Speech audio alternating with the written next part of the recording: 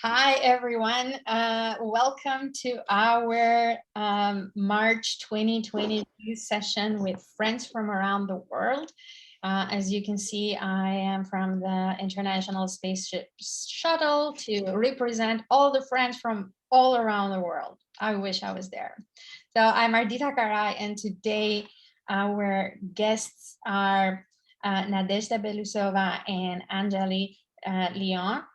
So very excited about this topic, the 6 tenses of product leadership. They are also excited about this topic because it's something that they have been working for a while. So you are going to be the first one to see this, and I believe they're looking also for feedback. So happy to see friends that have been with us for many sessions throughout our Agile Ontario long time. It's going to be now, we are close to 9 years. So it's really something to be proud of. And I am proud of us being around for so many years and having consistently a session every month. So I want to celebrate that. And thank you to new friends that are joining us with friends from around the world. We are finding a lot of people joining us. Yeah, thank you for the celebrations. Yeah, but I'm finding friends that are joining us from really around the world because they're friends of the speakers, and they're also, interested on what's going on other countries. So I'm really loving doing these sessions with everyone. I'm going to stop sharing because I know you are not here for me. You are here for Nadezhda and Anjali. So, Anjali, and yeah, take the stage, ladies. Awesome. Well, thank you so much. And thank you all for being here. And thank you, Ardita, for allowing us to play in this playground of this wonderful community of Agile Ontario. We are super excited about this topic, and we'll be like Ardita said, we are presenting it for the first time. So we would love your feedback. So my name is Anjali Leon. I am an agility and product coach based in Boca Raton, Florida, also known as God's waiting room for obvious reasons. I run a little boutique coaching and consulting practice from down here called PPL Coach, where I teach and coach and consult on what I call strategies for arriving at better business outcomes sooner, while also making sure that we're taking care of our collective well-being. So I'm super happy to be here with you today. Thank you, Anjali, my friend and partner in crime. My name is Nadezhda. I'm based in Berlin, but joining today from Frankfurt. I'm an integral master coach, management consultant, and business agility coach, supporting organizations to grow resilience, boost innovation, and nurture adaptive capacity. Also having a tiny little boutique consultancy. And we are here today to also get to know you. So Ardita, would you be so kind to launch the poll? Launched. Thank you. Please let us know your professional background. We try to have really wide areas.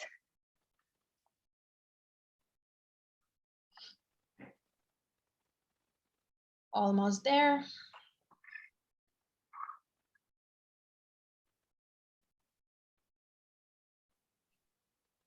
Okay. All right. Let's see who's in the room. Should I share? Okay, yeah, I can see. Yeah. Oh, that's interesting. There is about 1/5 of people actually with a product service management background, the primary topic of today. Really happy to see also people management and change management folks in engineering and design. I think, well, fingers crossed everybody's gonna get some value of today's session with us. And with that, You can close the results. And just to quickly situate you in the agenda of today, what's going to be happening. We would like first to share with you what we, myself and Anjali, mean by product leadership. How do we define it? Then briefly walk you through 6 stances overview, so that together with you, we have a little bit of a deep dive into their key characteristics and areas of focus. And we wrap up today's conversation by discussing synergies and tensions between those stances. So throughout our session today, feel free to drop any questions in the chat. We'll be monitoring it closely and respond as we go, or at least at the very end of our session. So let's get started with the first piece, which is, what do we mean by product leadership? So at its essence, a product leader is any role that contributes their knowledge and expertise to maximize business value through the creation of products and services. I think that this definition is probably resonant with many of you. But that's not all.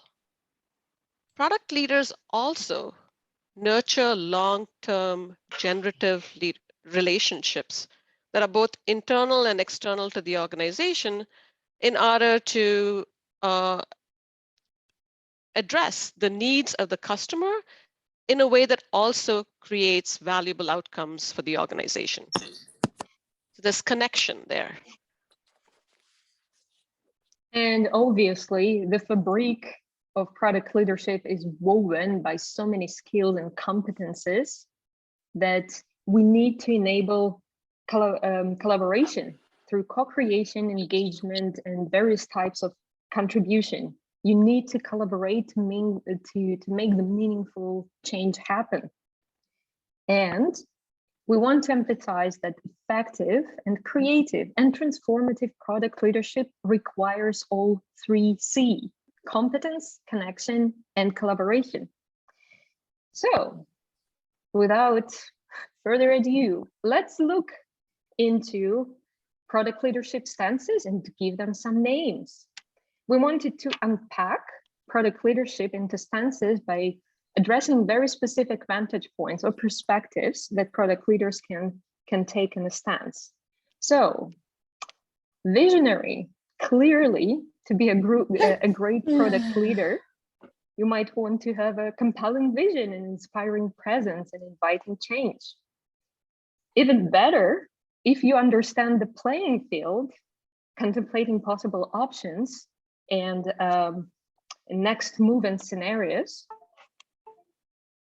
Another stance is called system thinker, and it helps us connect the dots and understand the cascading effects of change. I'd say a product leader is also a great storyteller. You know, they know how to tailor the message so that it lands on the intended audience. They really engage everybody through story. And then we have the customer advocate. The customer advocate cultivates customer centricity every step of the way. They're always keeping the customer's best interest at heart. And then last but not least of these 6 stances is the value navigator. And the value navigator is someone who dynamically adjusts based on what's emerging. They incorporate both tactical insights and moves to the original plan almost on a daily basis. There you have it. The 6 stances of product leadership. So you can definitely imagine how all these lenses, the vantage points, overlap. And our goal today is to rather emphasize their gravity points, not to introduce distinct definitions of what things belong where. So we would like to invite you to hold these stances lightly. And when you look at them, you'll probably sense that, you know, product leaders likely have strengths or have built strong capabilities in 1 or 2 of these. And that's great. But to be really effective, we believe that it is necessary to be able to consciously attend to all of them. So now, you might be wondering what those 6 C's that you saw in a previous slide, how are they connected to these 6 stances? Well, the answer is every one of these carries them out slightly differently. But those 3 C's, which is competence, connection, and collaboration, are integral and kind of live in every one of these stances. So just kind of keep that in mind. So now that you've, now that you've got a little sense of these 6 stances of product leadership, let's zoom in. And we are going to invite you to see if you can recognize some key characteristics of each of these stances. And we'll go through them individually. And we'll start with the visionary. So I'm inviting you to just add to the chat. Imagine yourself looking at somebody who you believe is a great visionary. How would you recognize this person as a visionary? Like, what are some characteristics that will make you think that this person is really great as a visionary? Just drop some words in the chat, maybe a couple words. So they live in the future. Great. Forward thinking, out of the box thinker. Yeah. Yeah, they can articulate their vision effectively.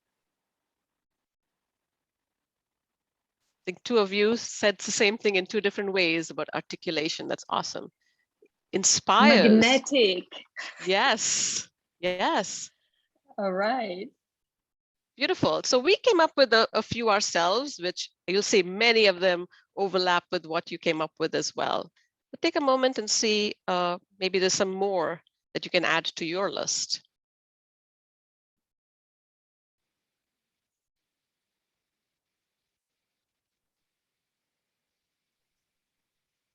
Anjali, let me know.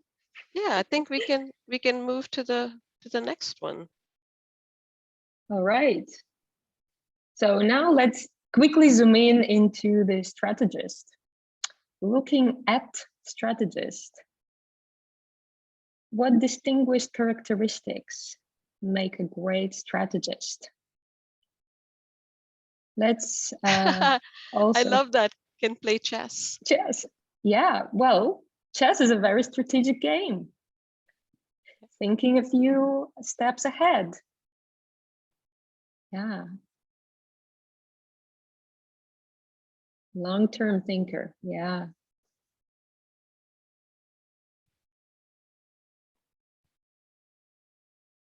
Anything else that comes in? Connecting the dots, long-term objectives. Yeah. Connecting future and present.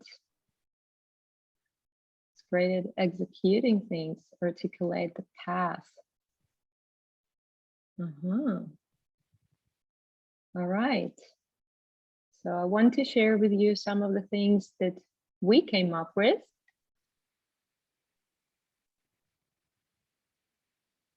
Yeah, knowing why and how.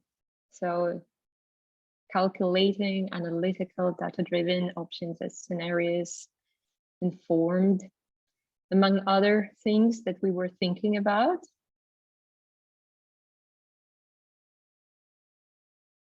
Lovely. I think you're getting a hang of these stances. Okay. So ready for the next one? All right. This one, systems thinker. What are some words that pop up when you think of a systems thinker?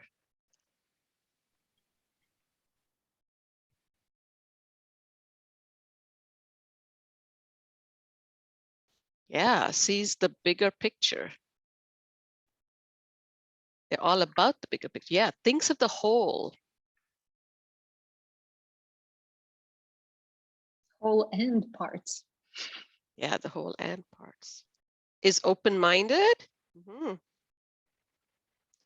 Yeah, can navigate through the different parts. So there's the parts, the whole, and you're able to kind of see the relationships, navigate through them. Solving the macro instead of the micro. connects the dots and identifies the silos to integrate. Oh, I love Beautiful. it. Yes. Wonderful. What did we have? So you see that a lot of commonality in what you all shared. We also had in here sense making sense of all of this, and they feel pretty comfortable living in complexity, where in sort of ambiguity in the unknowns. And you'll see them probably doing a lot of visualization and modeling to kind of connect the parts to the whole. Wonderful. Okay. We're getting into the rhyme. Yes. So let's move on to the storyteller. What are some characteristics of a great storyteller?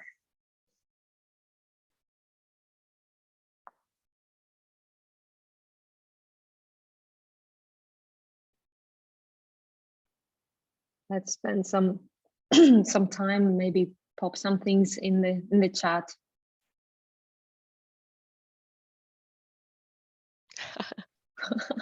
Yes. Yeah, connects meaning.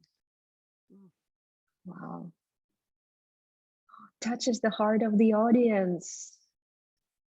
Engaging, connecting, resonating, entertaining, communicative. Don't get slapped. Oh, yeah. Yeah. Okay, let's look up with what we came up with. Yes, that's a lot about captivating, engaging, being attuned, being able to interpret and frame the meanings, and quite a lot of using imagery and metaphors to convey the message in a way that it lands. Okay. Are we ready for the next one? A customer advocate. So think of a customer advocate that you know of, maybe in your organization. What makes them a great customer advocate? What words come up here?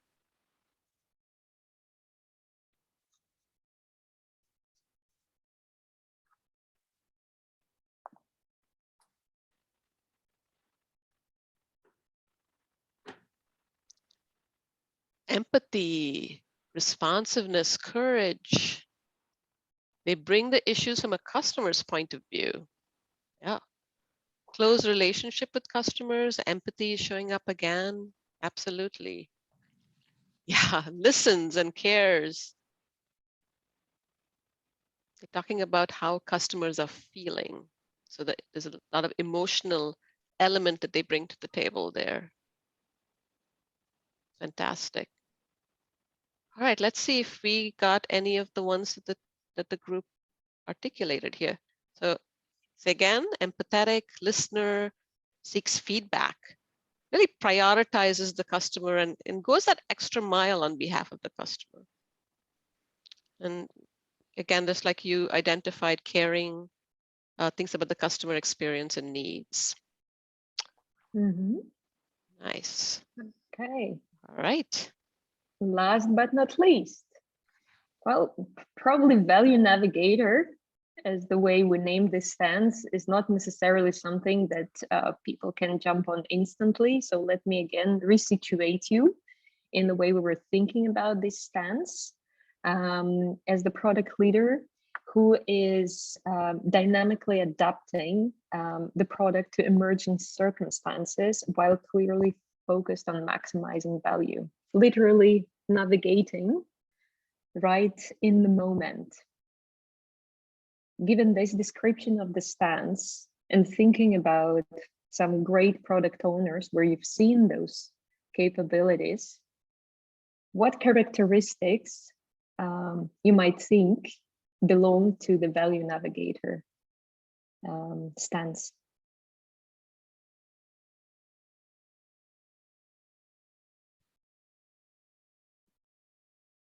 Yay, thrives in ambiguous environment.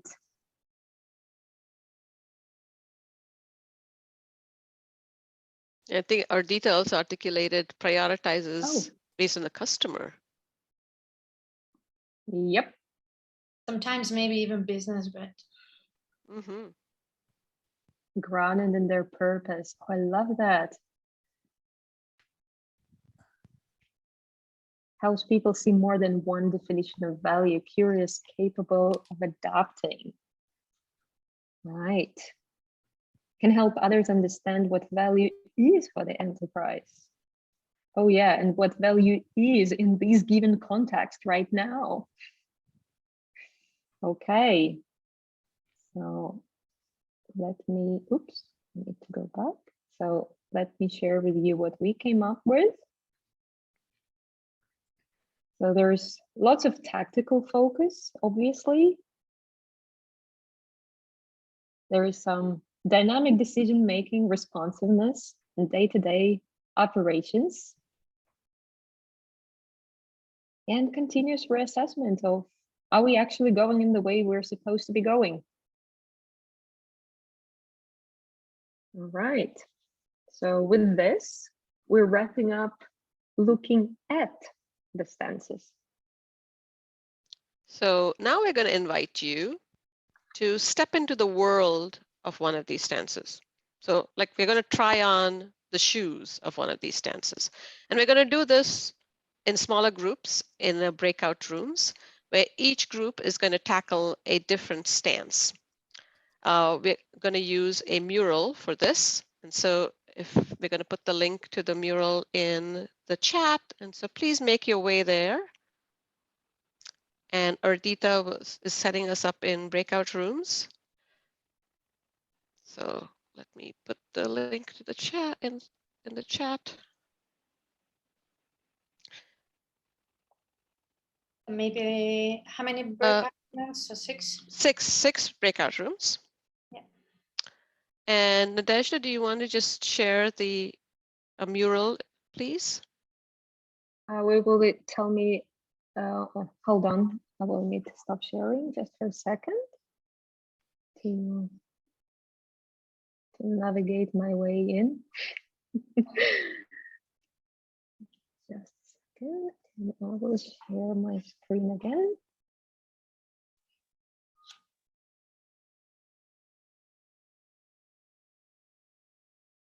So you'll see once the mural comes up, there's a section for each stance and a room associated with each stance. So when you go into your breakout room, you'll be tackling the stance that is associated with your room number. So when you're in there, here's what you're doing. You imagining yourself as a person in the stance, taking the stance, wearing the shoes of someone in the stance, and discuss, where does your attention go? What are your key areas of concern as someone in this stance? So you might consider, like, what are you thinking about? What are you worried about? What inspires you? What drives you? Like, what suddenly becomes important to you when you're in that stance? So you'll have some fun doing that for about 12 minutes or so. And then when you come back, we'll hear from each of your groups, the insights that emerged from each of your groups. So before we send you out to your breakout rooms, Nadezhda, have I forgotten anything? No, I don't think so. I think we're right on track. Okay, did any of you have any questions before we send you, Ardita sends you off into cyberspace? So we said 12 minutes? 12 minutes. Okay. And you'll have, I think, a 1-minute warning before they call back, is that right? Yeah. Okay. Well, if there are no questions, have fun and we'll see you all back in 12 minutes.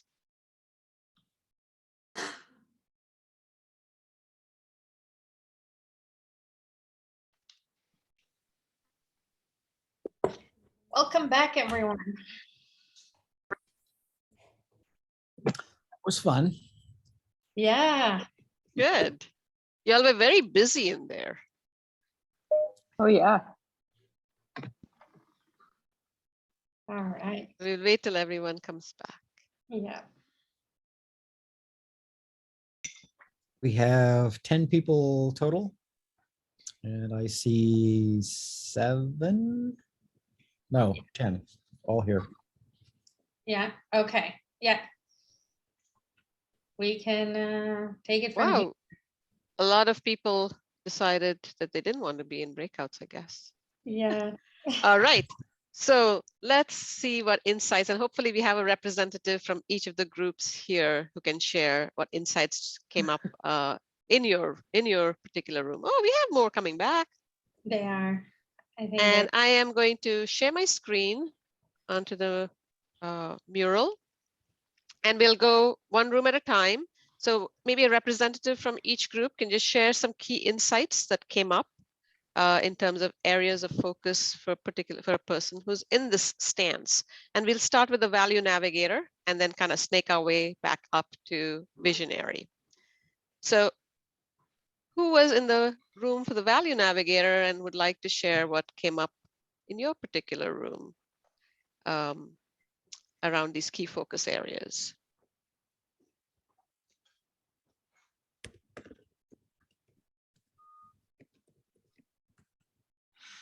can you zoom in so we can see better? Yeah. Any value navigator folks here? Sorry, I didn't realize I was on mute. So you got a navigator. Classic. Repeat all the profound stuff you said while you were on mute. Well, it was really good too.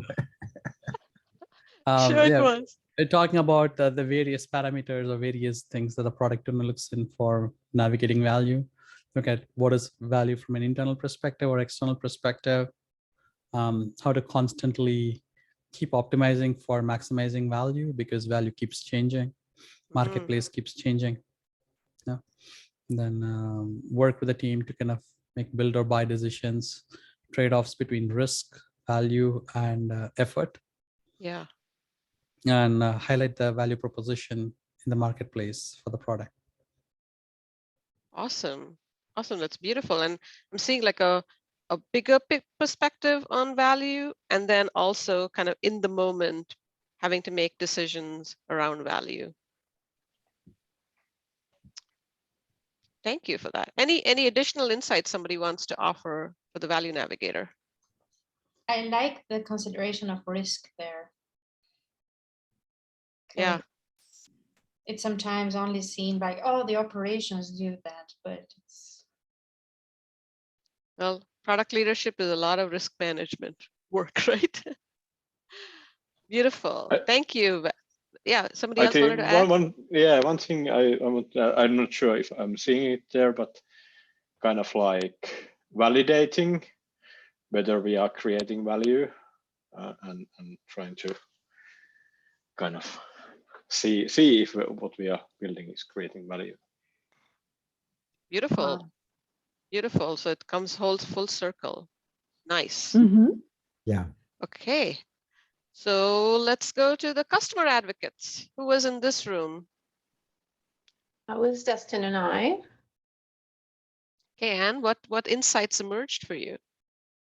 So we spoke about really understanding customer pain points and understanding where there's opportunity or desires.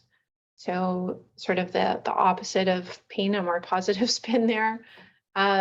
Clarity on who your customer is, because you may have more than one customer. You may have an internal customer and an external customer, or different types of customers.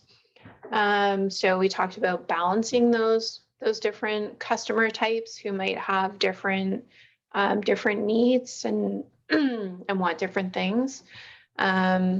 We talked about empathizing with the personas and not making assumptions that that you know what the customer wants. So really getting into that persona, or actually getting customers that can articulate what they need. We talked about being an advocate for what's right and not what's easy, and not being caught up in the bureaucracy of how it could be done in a quick way, or just with the data that we have, or really focusing on what's right. We talked about some key areas, experience and outcomes. So the focus would be really more on what customer experience will happen with this product, or what outcome they'll receive, what opportunities might come up, like emerging opportunities that were maybe not expected or could be leveraged. And then we talked about a feedback loop, and then we jump back to where does our attention go. We added also facilitation. It's important to have a focus on facilitation. Awesome. Wow. And I'm curious actually, about the absolutely. false. Yeah, I'm curious about the false confidence. Can you share a little bit about that? Yeah, that was part that we brought up, where when you have somebody talking on behalf of the customer, one of the things that people don't like to admit is they often don't know. We really don't know what our customer wants. But goodness me, if you're going to walk into a meeting in an enterprise and say that you don't really know. So people might have this confidence and they go, well, they want this and this and this.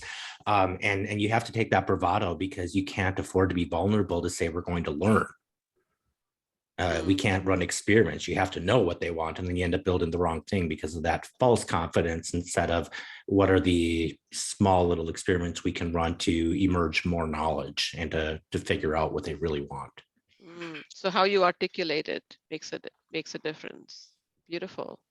Wow. Anjali, I want to take a moment here just to acknowledge, oh my God, this is amazing. Just for 12 minutes, this group created so much interested, like so many interesting insights. And thank you for highlighting about this false confidence, because you're tapping into what we call kind of an advanced level of a 6 product leadership stances, is that each of the stances has a shadow. And your greatest superpower can become your biggest blind spot. So thank you for bringing that up. So Anjali, I guess we're ready to move on. Let's go to Storyteller. So who was in this group, and what do you have to share? Insights that emerged. That was Bob, Jeff, and me. Bob, you want to go ahead or? No, you did a great job. We had a single scribe, which was very helpful and very powerful. So I'm going to let him speak because he did a great job. Okay, JK, tell the story. First is understanding the audience's motivation, right? It's not only understanding the audience, but also what motivates them, what they need, what is it in for them, right? That's very important. Speak or address the needs of the audience. So basically, not only first you understand it, and then you speak according and tailor your content according to the needs of the audience. Very importantly, once you got the high level understanding of it, you need to keep things in order. The structure of how you deliver your content and the time, of course, is very important. Keep it simple. I know we live in the world of jargons, but keep it simple so that people understand. Keep them engaged. We actually discussed some mechanics of it, right? How do you keep people engaged? So in a physical setup, it's completely different, but in a virtual setup, like what you guys did, asking questions, involving them in chats, using emojis, polls, etc. So not only keeping them engaged, but engaging the audience by utilization of the available medium, whether it's virtual or physical, and what all senses are involved, right? With whether it's the touch senses or whether it's the visual senses. I'm not going to the smell part of it, but yes, all the senses which are involved. The future, yeah. Tailor the content delivery based on audience's capabilities, not only understanding them, but based on the audience. So if you're talking to a group of techies, of course, your content would be according to that. But if you're talking to people who are not techies, but you want to explain technology, so how do you tailor the content delivery? Addressing the real why, like what is in it in them, like why the audience should hear you, right? There are a lot of storytellers. There are a lot of, Bob was also mentioning, like from cavemen's period, there is a lot of stories been happening, and especially in today's world of all this options and plentiness, why they should listen to you. So addressing the real why. Use of relevant metaphors and analogy. And that's again bits about that tailoring part. We were also briefly discussed about how Hans Rausling does a very good job of doing it, right? He explains all the complicated topics of world population, how to address the hunger part in amazingly intuitive visuals, right? I think that's one thing we briefly touched upon, but then we had to get into the. Beautiful. Wow. All I'm I can say is absolutely wow. blown away. Yes, Thank you all. That's powerful. All right. To credit Hans, as you remarked on, I thought one of the most powerful things that he does is not the static graphs. It's when they start moving that all of a sudden all kinds of neurons start firing. Oh my God, I see. Yeah. Well, your insights are kind of have me speechless, which is wonderful. Thank you. And for just to kind of keep us in the time box, I'm going to request the next three groups to just give us 3 insights and kind of in a bottom line fashion, if you will, so that we can give you a last nugget that we want to share with you. So systems thinkers, what came up in your group? So this is Vittorio, and in my group was Irma and Janitha. So we looked at the big picture, and thought optimizing the whole and understanding and focusing everybody else and our stakeholders on what the real problem is. And then within that, as you kind of think about end states of optimizing for the whole, which we acknowledge is really tough because organizations tend to be siloed. And that's one of our concerns, is that sometimes in an organization, people's individuals' goals get in the way of the overall optimizing for the enterprise. But along the way, you need to build those relationships, because these are stakeholders that can really help you get to that end state. So you have to listen to thoughts, be able to articulate and focus, take those and focus on what's important. Beautiful. Yeah, the relationships came up in a big way here. And again, thinking about the whole, and I think y'all were thinking about the whole as y'all were doing this exercise, because y'all were one of the last groups to start typing. So it's probably a lot of the whole and the parts conversation must have been happening in your room, huh? Beautiful, thank you. All right, let's go to the strategists. Who was in the strategist room? That was me, I'm Kyle, and Teeth. So I'll go ahead and dig in, and Nancy, feel free to jump in wherever. So we really thought as a strategist that, really trying to make sure that our goals were sound were a really important part.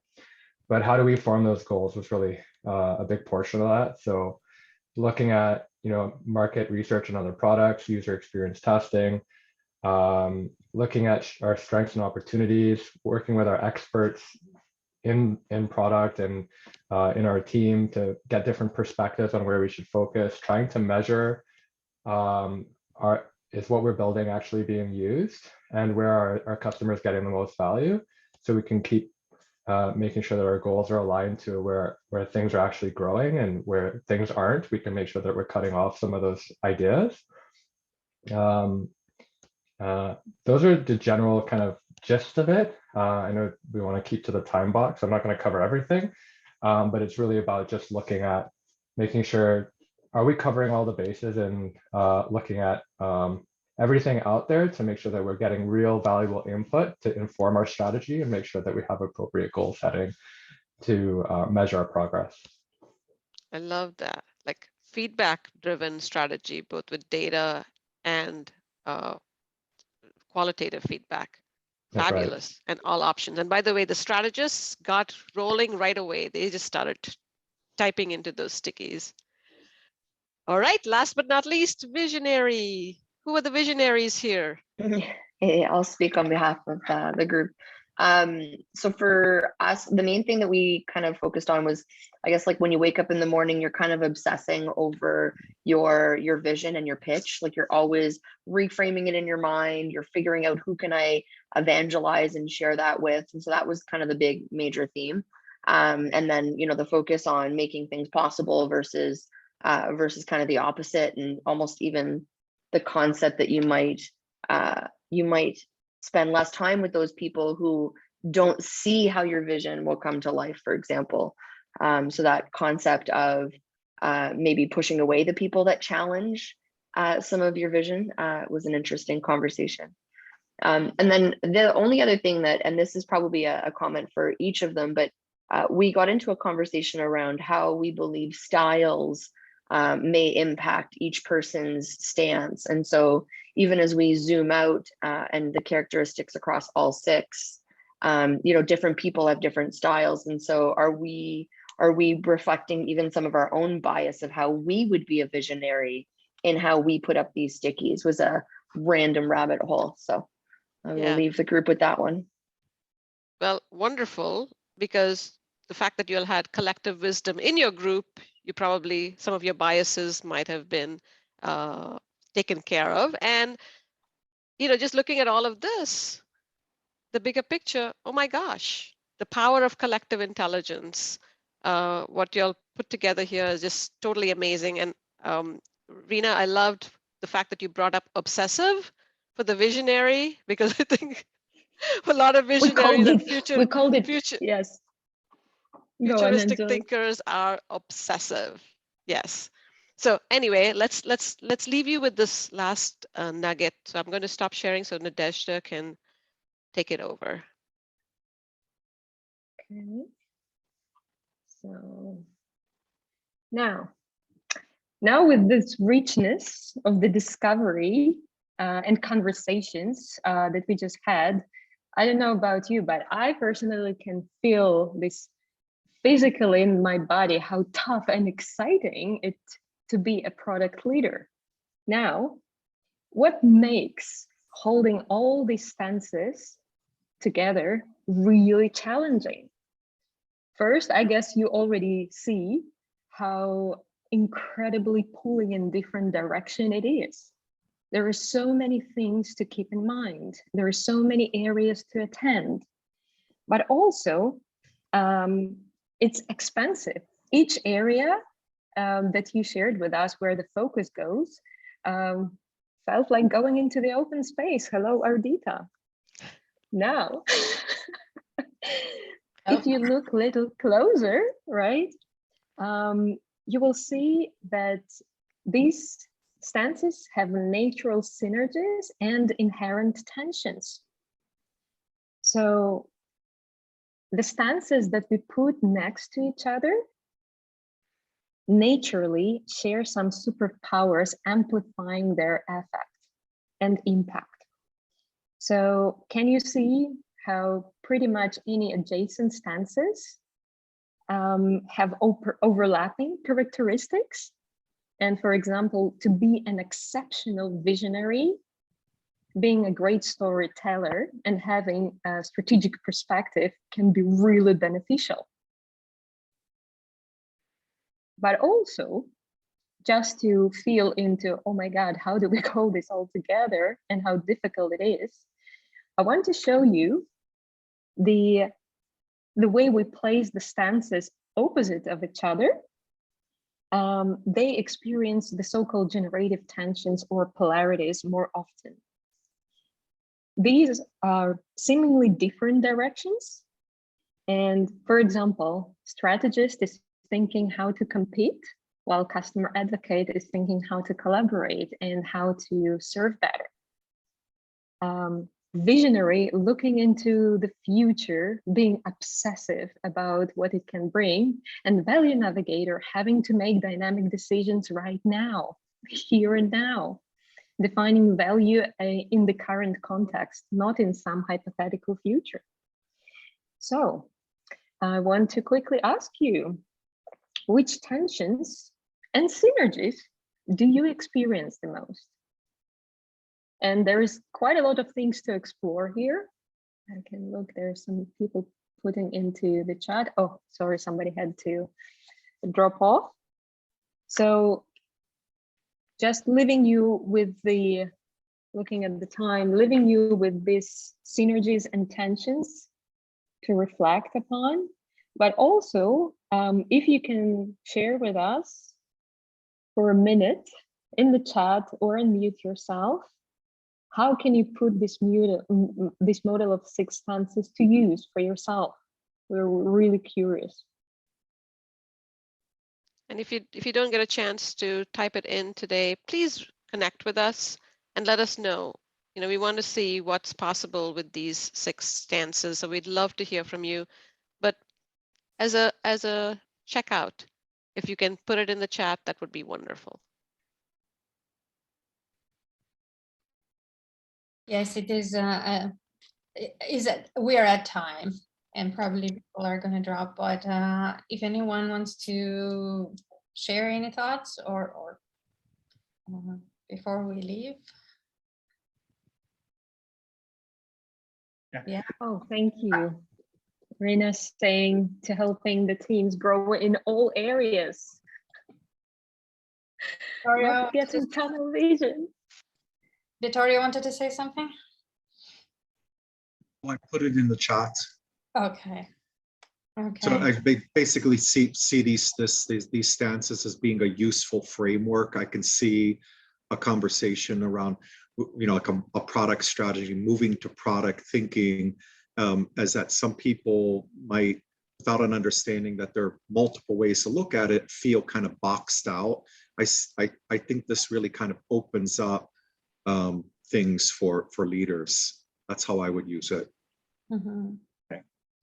And my final thought would be, previously there were a lot of discussion about aligning the technology with the business, but I think it's more about convergence now, right? How do we converge? There's no more alignment, but how do we converge? I think all the points that we discussed here would be very helpful in that aspect. Agreed. Yeah, I think it has to be a collaboration amongst all of the cross-functional areas. Well, thank you all for being here. Thank you, Ardita. Thank you, Agile Ontario. We hope to take this to other meetups. So if there's anybody who might be interested, let us know. And then we'll be at Agile 2022. So if you're there, come and see us. Thank you, both of you, for sharing this model with us. Looks like everybody that participated is now full of ideas and energy, and the feedback on the chat is amazing. I particularly like the tension as well. And although it is the last one, you have to stay until the end for that. It is so powerful to see all of that too. So thank you for sharing this with us. Thank you for staying with us until now. I know we're a little bit over time, but amazing to have everyone here, and enjoy the rest of the day. Thank you. Thank you. Bye. Bye.